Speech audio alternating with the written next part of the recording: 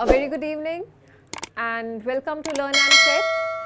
So today we'll be talking about another new chapter, that is the last leaf from your supplementary reader book Moments. So in this chapter we'll be talking about two friends and how they cope in life, okay, how they learn to live. So before that, we as a norm, we are going to talk about the writer. So our writer today is O. Henry.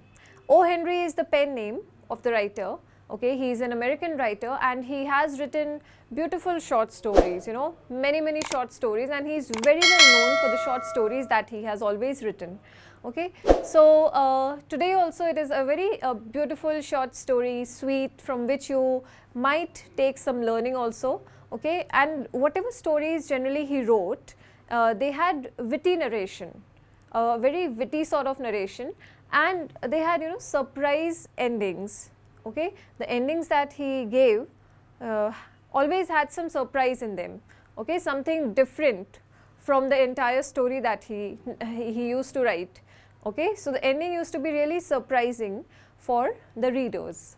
Okay, so let us see what exactly is there for us today from O. Henry's story, The Last Leaf. So what do we understand by last leaf?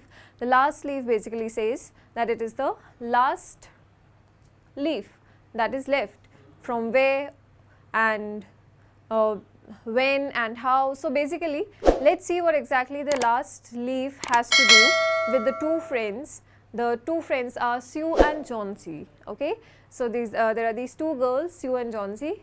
What exactly is going on in their life? Okay, what exactly is going on in their life? This is what we will be studying. So basically, there is a girl whose name is Johnsy, and she is not very well. She does not keep up, good in health. She is suffering from pneumonia. And then there is this girl Sue, who is Johnsy's friend. So she is